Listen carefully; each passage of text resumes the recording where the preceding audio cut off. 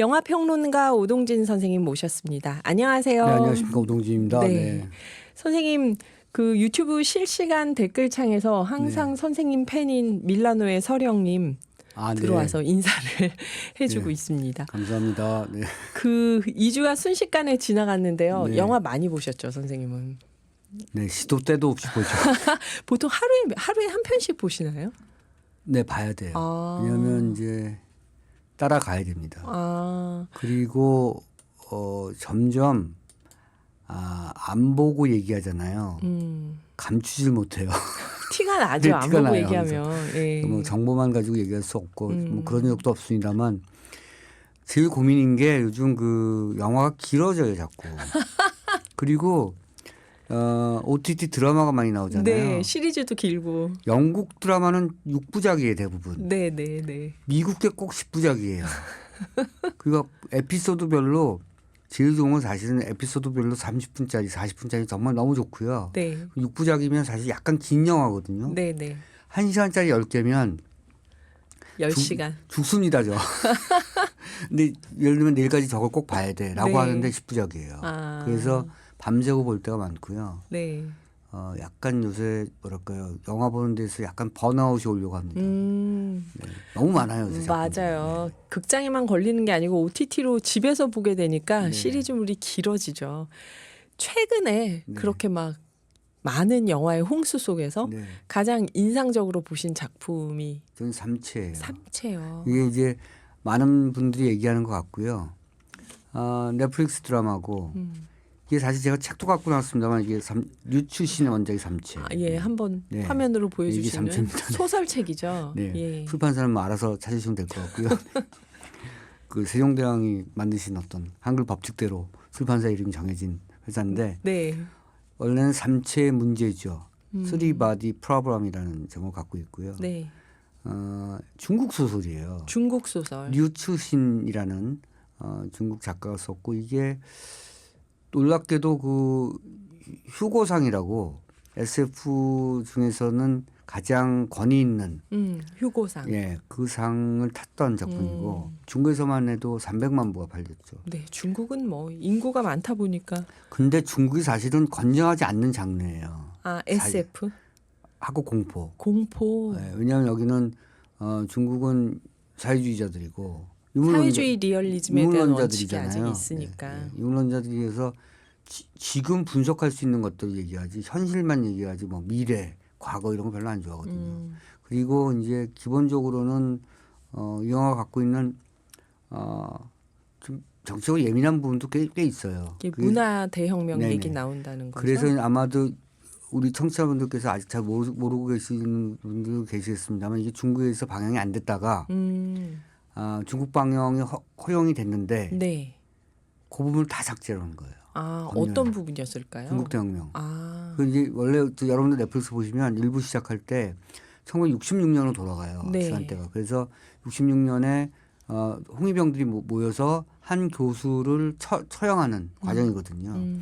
그 처형하는 그 교수의 딸이 결국은 지금 모든 문제를 안고 가는 핵심적인 어떤 캐릭터입니다. 네. 그 차점이 되게 중요해요. 그리고 이 딸이 왜 어떤 일들을 벌였고 천체 물리학자인데 네. 이론 물리학자죠. 그러니까 그런 아주 정교한 어떤 과학도이고 뛰어난 천재인데 자기 아버지가 그 홍위병들에게 그렇게 당하는 걸 보고 나서 강제노동수용소에서 일을 하고 다시 80년대 등소평 때 복귀를 해서 칭화대 교수로 복귀를 해서 이 우주의 문제를 사실은 뭔가를 정리하려고 한 거죠. 이거 되게 재밌겠네요. 이게 제가요 그 드라마를 솔직히 말씀드리면 이제 원고료 때문에 먹고 살아야 돼서 쓰려고 했는데 그렇죠. 영화 제작하고 쫄딱 망하셔서. 네, 제가 이제 무슨 생각이냐면 아무리 10부작이어도 한 5부쯤 보면 답이 나오거든요. 네. 그러면 이제 제가 예컨대 솔직히 말씀드리면 다 본 척 수순이 있어요. 5부까지 네. 보면. 근데 5부를 봤는데 멈출 수가 없는 거예요. 그래서 아까 말씀하신 것대로 밤새고 봤습니다. 성체. 삼체. 네. 밤새고 봤는데 에피소드별로 1시간 55분 막. 그래서 이걸 만든 제작자를 죽이고 싶었는데 여러분들 좋아하시는 왕좌의 게임을 만들었던 친구들이 만든 겁니다. 그리고 이제 시작할 때 그 오프닝 타이틀 잘 보시면 엑세큐티브 프로듀서로 브래드 피트가 들어가 있고요. 그다음에 로자먼드 파이크라는 여배우가 들어간 영국 출신의 배우고요. 네네. 그러니까 이게 사실은 중국 소설을 갖고 중국을 배경으로 당당히 하고 있으면서 현재 배경은 런던이에요. 네. 그리고 미국 자본이 들어가 있어요. 그러니까 사실은 미국, 영국, 중국 다수의 국가가 합작한 드라마라고 생각하시면 될 것 같고요. 네. 이건 일종의 시그널이에요. 이거 뭐냐면 중국이 사실은 지금 중국 문화 대혁명기로 돌아가고 있다고 할 정도로 시진핑 주석이 상당히 강고한 이데올로기적인 어떤 뭔가 벽을 쌓고 있거든요. 왜냐하면 자본주의가 점점 발달하잖아요, 중국이. 그러니까 한편으로는 이념적인 것들을 강하게 이제 압박을 하는 그런 형태로 띄고 있는데 그게 문화적으로는 자꾸 이게 뭐랄까요 규제가 많이 생기는. 많이 생기는 거죠. 그런데 한편으로는 자본의 힘이 네. 규제의 힘을 좀 넘게 하는 거죠. 그래서 미국과도 손을 잡을 수 있다. 영국하고도 드라마를 만들 수 있고 이거 큰 드라마거든요. 그래서 사실은 일종의 문화적 교류나 드라마적 교류나 영화적 교류를 하겠다라고 하는 시그널이고 중국을 어느 정도 문화 개방을 하겠다는 것들인데 한편으로는 또 거꾸로 지금 저렇게 문화 대혁명 장면을 다 자르고 막 이러니까 내부적으로는 강고하게 하겠다는 거죠. 네. 근데 어쨌든 삼체라는 그 소설과 드라마는 최근에 제가 만난 가장 뛰어난 내용의 작품이고 아마 제가 권해드리는데요. 소설 먼저 보시고 드라마 보지 마시고요. 드라마 먼저 보시고 소설 보시면 훨씬 더 이해가 빠르실 겁니다. 그런 얘기 많이 하더라고요. 이 영화가 재밌지만 소설까지는 못 보겠다 그러는 분들도 있더라고요. 너무 아니, 길어서 어려워요. 그런가? 이론 물리학이 나오고 양자 역학이 나오고 네네. 이제 그쯤 되면 이제 저는 포기하거든요. 이게 도대체 무슨 얘기야? 이런 건 알죠 우리가 다중우주론 뭐 예컨대 페르미의 법칙 역설 뭐 이런 건 알잖아요. 그러니까 우주가 너무 광대한데 인간 생명체가 인간밖에 없나? 정말 지구밖에 없어. 이런 건 정말 역설이잖아요. 그렇다면 우주라고 하는 그 실체는 이 안에 지금 내가 어딘가 또 존재할 수도 있다는 그런 다세계론과 다중우주론이 사실은 서양적 과학과 동양적 사상에 부딪히는 부분이에요. 만나는 부분이거든요. 그렇죠. 이런 얘기를 하고 있는 작품이에요. 그래서 시공간이 얽히고 기존의 이론 물리학이 해결할 수 없었던 새로운 물리적 현상들에 대해서 얘기를 하는 거죠. 그거는 제가 글을 못 쓰겠더라고요. 어려워. 그래서 그거는 이론 물리학자가 쓰시라고 제가 남겨두고. 네. 그 소설의 방대한 얘기를 영화가 정말로 각색을 잘했어요. 그리고 소설의 무대는 중국이에요. 어디까지나. 네. 그걸 런던으로 가져왔고 소설의 캐릭터는 어디까지나 다 중국인들이에요. 네. 뭐 중간중간에 좀 나오긴 합니다만 그 조연급들이 나오는 거죠. 소설에서는. 근데 영화에서는 그걸 다 섞었어요. 그래서 매우 다세계적이고 다인종적인 어떤 그런 캐릭터들을 통해서 뭐 전 세계 시청자들이 전 세계 그 관객들이 이해할 수 있는 그런 드라마를 만드는 거고요. 가장 최근에 만날 수 있는 가장 지적인 컨텐츠라고 생각하시면 좋을 것 같습니다. 지금까지 설명만 들어도 아주 고급진 SF구나 그런 생각이 드는데요. 중국이 네. 왜 갑자기 무엇을 좀 뭐랄까, 걱정하십니까? 중국이 좀 뭐랄까 좀 조금 더 유연해졌으면 좋겠어요. 그러면 얼마나 풍부한 얘기가 많을까 이런 생각 들고요. 그리고 약간 뭐랄까 무서움을 느꼈어요. 중국 사람 똑똑하구나 정말 대단히 똑똑하고 이런 과학적인 문제나 이런 것의 그 세계론, 우주론에 대해서도 굉장히 많은 심도 깊은 어떤 연구를 하고 있구나. 연구하고 있고 자기 스토리를 갖고 있구나 하는 걸 다시 한번 느꼈습니다. 그렇죠. 이 지금 신냉전 시대여서 또 중국도 내부적으로 이데올로기적으로 강화하는 면이 있을 텐데 물리학자라는 얘기만 들어도 굉장히 흥미로워요. 이게 선생님 아까 말씀하셨던 현재 그 사회주의 국가에서 지금 보이는 것에 대한 걸 강조한다고 하면 물리학이 그걸 넘나들 수 있는 학문 장르잖아요. 우리가 흔히 이제 그 말씀 드리잖아요. 이신론과 불가지론. 이신론 불가지론까지 왔습니다. 칸트의 지금. 그 이성주의. 네. 그러니까 인간은 다만 모를 뿐이다 지금. 언젠가는 알 것이다. 이게 이제 그러면 신을 인정하지 않는 거잖아요. 네. 우주가 도대체 근원이 어디야? 양자를 또 쪽이 뭐야? 이런 것들은 아직까지는 모르지만 언젠가는 인간을 알아낸다. 네. 인간의 이성은. 이렇게 되면 이제 신의 존재는 없죠. 인간이 끝까지 파고들 거니까. 근데 이제 어떤 사람들은 절대 알 수가 없다. 그렇죠. 그게 불가지론이어서 궁극적으로. 그땐 누가 만들어낸 것이고 그것이 신의 존재든 아니면 절대적 존재가 있다라고 생각하면 얘기가 굉장히 달라지거든요. 이 삼체에 그 얘기가 다 나와요. 네. 그러니까 과학자들도 결국은 종교에 가는 이유가 알 수가 없으니까 자기의 유한한 삶에서는 그 근원을 알 수 없기 때문에 결국 종교로 가는 거고 이 영화 속의 캐릭터도 그런 사람이 있어요. 네. 판사들이 법 철학을 하잖아요. 인간의 유한한 사고로는 사람의 죄나 이런 것들 판단할 수 없다. 네. 철학을 공부하자. 그래서 법 철학을 공부하잖아요. 그러니까 결국은 이성이 다다를 수 없는 지점이 뭔가 있어서 그것을 끊임없이 고민하는 어떤 동물이 사유하는 동물이 인간이기 때문에 이런 드라마를 만들어낸다고 생각합니다. 네. 그렇지만 삼체는 영화로 보면 충분히 재밌다. 네. 어렵지 않다. 근데 이제 삼체가 뭐야 이렇게 생각하시면 되는데 전 모르겠는데 영화 속에서 한 번에 설명을 해줘요. 그러니까 존재가 이게 두 물체 사이에 있으면 양쪽 중력의 법칙을 받는데요. 그래서 이런 물리학은 다 설명할 수가 있대요. 네. 정산과 계산을 다 할 수 있다는 거예요. 네. 근데 이게 만약에 세 개가 되면 중력이 흐트러지겠죠. 그래갖고 네. 이제 이렇게 되면 이제 기존의 이론 물리학으로는 정형화된 법칙을 만들 수가 없다는 거예요. 그렇죠. 이 3차원의 공간을 그렇죠. 뛰어넘게 되는 거죠. 그런데 이 영화에서 태양이 세 개야. 이런 거예요. 이 영화에서 지구의 태양이 세 개가 된 거예요. 갑자기 우주가 뭔가 바뀌어서. 바뀌는. 그러니까 400년 후에는 이제 뭐 지시랄까 예언이 날라와요. 네. 400년 후에 너희는 끝난다. 이런 거거든요. 제가 거기서 약간 불만이 있었어요. 뭐냐면 드라마가 더 급박해지려면 한 40년 후가 돼야 되잖아요. 400년이면 나는 별로 공포스럽지 않아요. 그렇죠. 기후 위기도 400년 뭐 후 하면 그건 우리가 별로 지금 뭐 400년인데 이럴 텐데 여기 그 외계적 존재가 뭔가 절대적 존재가 이제 너희들은 거짓말을 하는 존재고 나도 공포를 느낀다. 어쨌든 400년 후에는 너희들은 멸할 끝난다. 것이다라는 거거든요. 그런 얘기가 이제 시즌 1이에요. 시즌 2가 어떻게 전개될지는 뭐 예상은 못하겠습니다만 워낙 뭐랄까 이렇게 방대한 얘기고 또 하나 중요한 것은 영리하게 비주얼적으로 설명을 해냈어요.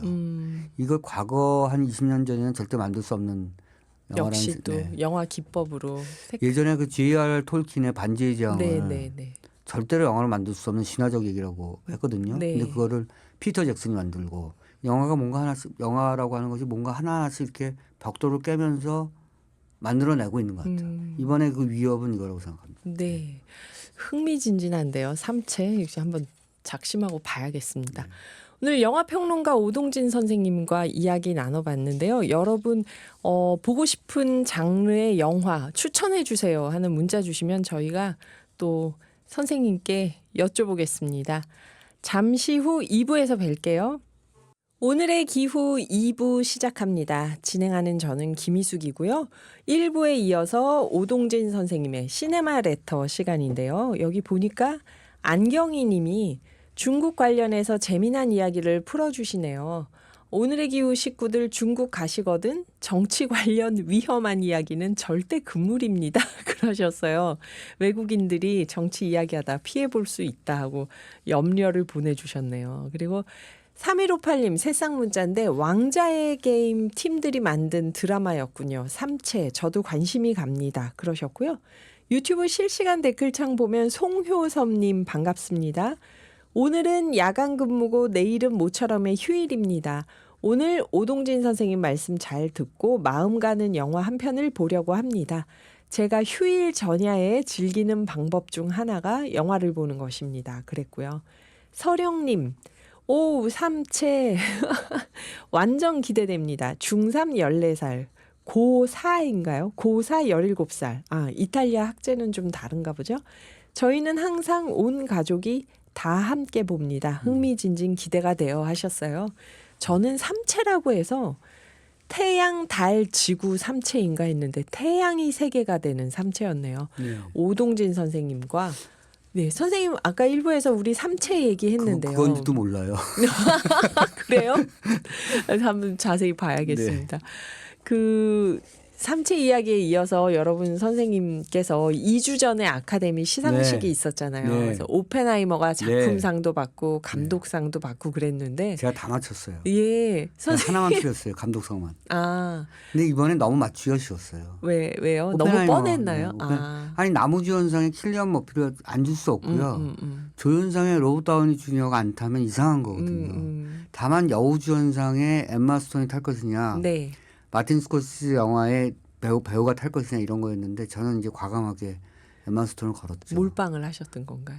네, 아, 그렇죠. 예. 왜냐하면 오펜하이머로. 엠마 스톤은 그 가여운 것들이라는 그 영화에서 네. 너무나 과감한 연기를 했어요. 그러니까 그리고 특히 심사라고 하는 건 네. 인지상정이어서 좀 가깝게 본 게 더 많이 남아요. 심사위원들한테. 아, 기간이 그렇죠. 예전 그러니까 영화보다. 뭐 예컨대 이제 심사를 내가 지금 뭐 3월에 하는 2월에 하는데 네. 12월에 본 게 더 기억이 남지. 작년 6월 8월에 뭐 6월에 이런 보면 거. 기억이 안 나거든요. 그래서 그런 것들 측면 생각하면 가여운 것들이 인상 깊었을 그 것이다. 저 어드밴티지가 있을 예, 것이다. 예. 이렇게 생각을 했었고요. 예. 요르고스 란티모스라는 그리스계 감독이 워낙 요새 주가가 올라가고 있고 엠마 스톤이 워낙 연기를 뛰어난 연기를 잘했기 했기 때문에 때문에. 여우주연상 거기 걸었는데 그것도 맞췄죠. 다만 오펜하이머가 너무 이제 속된 말로 싹쓸이를 하는데 네. 저는 아카데미에 정치학이 있다고 생각했었어요. 뭐냐면 있죠. 마틴 스코세지 감독이 두 가지 측면에서 뭔가 하나를 탈 것이다. 왜냐하면 거의 은퇴작이에요. 제가 봤을 때 지금 마틴 스코세지가 거의 80대 중후반인데 네. 뭐 클린트 이스트우드와 우디 앨런 감독이 아직 90대 중반을 가고 있음에도 영화를 하고 있으니까 네. 거기서 약간 비정상이라고 생각합니다만 어쨌든 아주 연로하신 감독들이 정정하게 영화를 하고 있어서 마틴 스코세지 감독도 하고 있지만 그래도 그런 것에 대한 리스펙터블한 뭔가를 해줄 것이다. 네. 정정심을 표할 것이다. 그래서 감독상을 줄 것이다라고 생각했었고 또 하나는 이게 인디안 얘기잖아요, 사실은. 그렇죠. 오세이시족인가요? 오세이지족 그 오클라호마 쪽에 네. 그 미국의 인디안들 중에서 뭐 여러 뭐 탄압을 받았던 인디언들인데 이 오세이지족은 석유를 가졌어요. 땅의 권리를 포기하지 않았는데 그 땅에서 석유가 나서 엄청나게 부자가 됐고, 네. 근데 그것 때문에 갈등이 되게 많았고요. 그것 때문에 살육전이 또 많았던 그런 부족이죠. 네. 근데 어쨌든 그 얘기를 다루고 있어서 어떻게 보면 미국의 올바른 정책을 보여줄 수 있는 거잖아요. 그런 인디안 문제에 대한 새로운 뭐랄까 그 시선을 주니까 그래서 여우주연상 줄 수도 있다라고 생각했었습니다만 이번 아카데미 회원들은 다 포기했어요. 그냥 오펜하이머로 심지어 감독상을 크리스토퍼 놀란을 주는 걸 보고 감독상과 작품상은 이렇게 몰아줄 줄이야라고 생각하면서 제가 이제 감독상을 틀렸었죠. 사실은 올해 아카데미는 그래서 이변이 없었습니다. 네. 별 이변이 없었던? 그리고 오펜하이머가 너무 뭐랄까 한숨을 쉬면서까지. 대단한 물량과 어마어마한 그런 스토리와 그리고 네. 사실 각색을 대단히 잘했고요. 네. 원작 책을 보신 분들은 아시겠습니다만 방대한 전기거든요. 오펜하이머에 대한 그거를 20년 동안 쓴 거라는 거 아니에요. 네네. 그걸 이제 크리스토퍼 놀란 감독이 다 쪼개서 영화로 만들어내는 것은 그 디자인 구축력이 대단하다는 걸 보여주고요. 분명히 탈만하지만 영화였다. 이렇게까지 몰아줄 거라고는 또 생각 못했었죠. 제가. 네. 네. 이게 뭐 좀 약간 관객의 심리도 오펜하이머라는 영화를 반기는데 큰 역할을 했을 것 같아요. 그리고 이제 지금 킬리안 시점에서. 머피한테 상을 안 주면 아마 난리 났을 거예요. 그러니. 그 배우 킬리안 머피가 오펜하이머 때문에 굉장히 인기가 높아지기도 했습니다만 네. 연기자들이 갖고 있는 그 아주 특이한 어떤 뭐랄까 장점이 있어요. 어떻게 그 사람을 바꾸지 자기를 그런 거잖아요. 그래서 오펜하이머하고 아주 닮지는 않았습니다만 네. 중절모로 쓰고 있을 때 그런 표정은 거의 흡사해요. 제가 봤을 때는. 맞아요. 그런 게 있어요. 눈, 코, 입이 닮은 게 아닌데 네. 연기를 할 때 똑같다 네. 이런 모자를 느낌 벗는데 이렇게 클로즈업에서 찍었을 때 네. 오펜하이머하고 실제로 비슷해요. 그러니까 얼마나 그 사람 되려고 노력을 했으면 몇 개월 몇 년을 거의 비슷하고 제가 그런 얘기도 드렸는지 모르겠습니다만 옛날에 다니엘 데이 루이스가 네. 링컨 역을 하려고 2년 동안 왼손만 썼다는 거 아니에요. 링컨이 왼손잡이여서. 네. 그리고 그게 실제로 가능한지 모르겠습니다만 링컨이 키가 크잖아요. 네. 키를 맞추려고 노력했대요. 뭘 어떻게 했는지 모르겠습니다만 그리고 뭐 턱수염, 그다음에 얼굴의 선을 최대한 맞추기 위해서 체중 감량을 한 거죠. 다니엘 데이루이스는 지금 거의 은퇴했는데 배우로서 은퇴해야 돼요. 선생님. 왜냐하면 그렇게 자꾸 그런 식으로 연기하잖아요. 그럼 미쳐요. 왜냐하면 배우가 역할에 너무 몰입을 그럼요. 해서 그러면 하면 그 분열증이죠, 사실은. 그렇게 완벽하게 그 안에 들어갔다가 빠져나오기 되게 힘들 텐데 네. 자기 안에 자기가 너무 많거든요. 다니엘 데이루이스도 그걸 너무 잘 알아서 지금 이탈리아 어디서 은퇴하고. 구두수선하고 구두수선. 네. 말이 구두수선인지 가죽으로 된 비싼 거 만들고 있겠죠. 네, 그러니까 네. 어쨌든 그 정도로 연기에 몰입하는 사람들이라 이번에 킬리안 머피도 그런 뭐랄까 대접을 받은 후유증이 거죠. 생길 수도 있다고 보시는 그 거예요. 사람들은 나중에? 이제 킬리안 머피가 갖고 있는 능력을 제대로 알아보기 시작한 거예요. 보디바트 흔드는 바람 같은 데서 아일랜드의 어떤 그런 얘기도 잘 했습니다만 세계적 탑스타가 이번에 됐죠. 확실하게. 네. 그런 아카데미 이번에 수상작들 중에서 오펜하이머가 물론 대표적이겠지만 저희에게 이거는 꼭 챙겨서 보세요 하고 싶은 작품이 있을까요? 추락의 해부죠. 추락의 해부. 이거는 이제 그 산드라 힐러라는 배우가 네. 여우주연상 후보에도 올랐거든요. 산드라 힐러는 안 될 것이다라고 생각했어요. 왜냐하면 엠마 스톤이 있고 뭐 그렇지만 그럼에도 불구하고 사실은 이 추락의 해부가 외국어 영화상, 그러니까 아카데미 국제 장편 영화상, 네. 그다음에 여우주연상, 각본상, 마치 그 기생충이 4개 상을 다 휩쓸었던 휩쓸었던 것처럼 감독상까지 휩쓸 수도 있다라고 생각했을 정도로 굉장히 뛰어난 영화라고 생각했습니다. 저는. 프랑스 영화계가 약간 이상하게 좀 바보 같아요. 어떤 점에서 왜냐하면 바보 같을까요?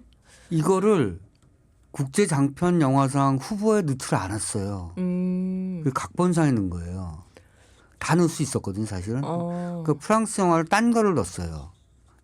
뭔가 이제 두 작품을 작품 그냥 타라 뭐 다 이렇게 해보고 생각했겠죠. 싶었나 근데 보죠. 그 작품은 후보에서 떨어졌어요. 안타깝게. 그러니까 다른 영국 작품이나 이런 작품들이 국제 장편 영화상에 올라와서 추락의 해부가 올라오지 않은 그런 메리트를 받죠. 근데 제가 봤을 때 추락의 해부가 최소한 2개 상을 가져갈 수 있었는데 약간 이상한 선택을 했다라고 제가 봤었고요. 이 영화는 사실은 자기 남편의 죽음 때문에 네. 법정에 서게 된 한 여인의 얘기를 그리고 있는데 제가 어딘가 그런 글을 썼습니다만 모든 진실은 법정으로 가면 법리만 남는다. 우리 사회가 겪고 있는 얘기예요. 자, 이 사람이 정말 잘못했어 잘했어 죄가 있어 없어가 아니라 법정으로 가면 시간이 언제였고 정도가 언제였고 이게 법적인 양형 기준은 뭐고 법리가 무엇이고 그래서 어떻게 저 사람이 무죄를 받지 어떻게 저 사람이 유죄를 받지라고 대중들은 판단합니다만 법리는 그렇다는 거잖아요. 네. 일찍이 똘스토이가 부활해서 했던 얘기죠. 법정은 진실을 밝힐 수 없다. 그렇죠. 네. 법리만 밝힌 얘기 따진다 이런 거죠.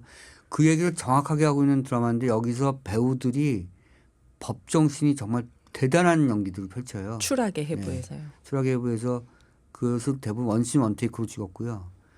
대단히 뛰어난 영화입니다. 저는 이 영화가 추후에도 계속해서 남을 만한 작품이고 여러분들이 아직 못 보셨다면 보시면 남는 영화입니다. 네. 제가 항상 이거 협박하듯이 말한 그 대사가 있어요. 저희 대사. 안 보면 여러분들 손해입니다. 네. 네. 추락의 해부. 네.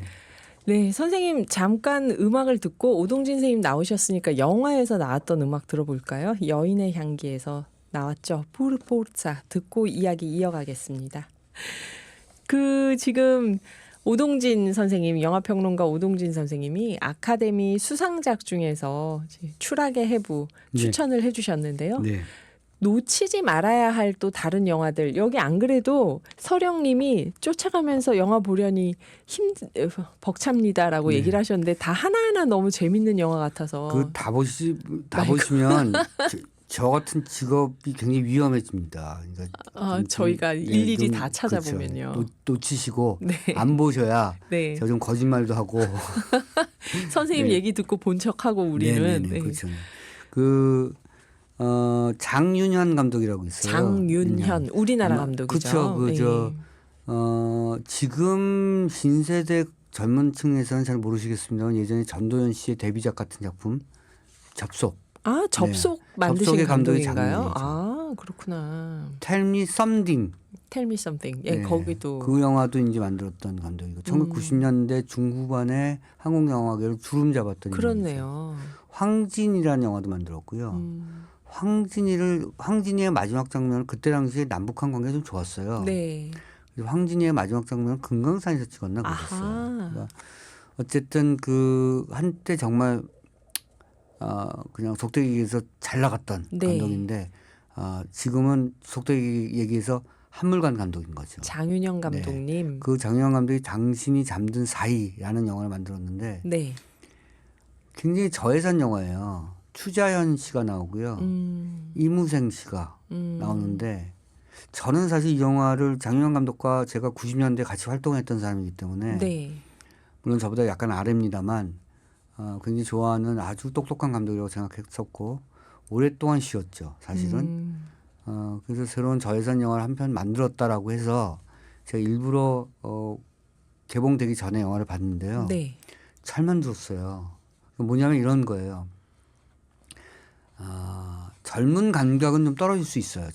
요새 젊은 세대에 비하면 젊은 감각은 떨어질 수 있는데 정통으로 그 뭐랄까 공정 과정을 배운 도제 과정을 거치면서 거친 그런 장인인 거죠. 그래서 네.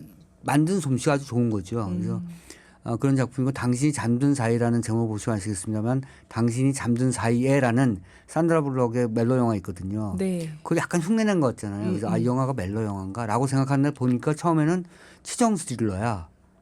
그러니까 여자가 기억을 잃고요. 네. 남편이 되게 잘해주는데 남편이 자꾸 여자를 속이는 것 같아. 뭔가 그리고 딴 여자도 있는 것 같고 이 여자의 뭔가를 뺏으려고 하는 것 같고 막 이런 거예요. 네. 마치 예전에 1940년대에 나왔던 잉그리드 버그만 주연의 가스팅이라는 영화 기억하세요? 그런 영화처럼. 예. 조지 쿠커가 만들었던 네. 이런 얘기하면 진짜 올드한 평론가인데 그 가스팅이라고 있습니다. 그건 클래식이니까 젊은 평론가들도 다 봤을 거예요. 가스라이팅이란 말이 거기서 나온 거예요. 네, 그 네, 가스팅이라는 네. 영화에서 가스등. 그거 같이 시작되다가 이게 나중에 반전이 있어요. 그래서 네.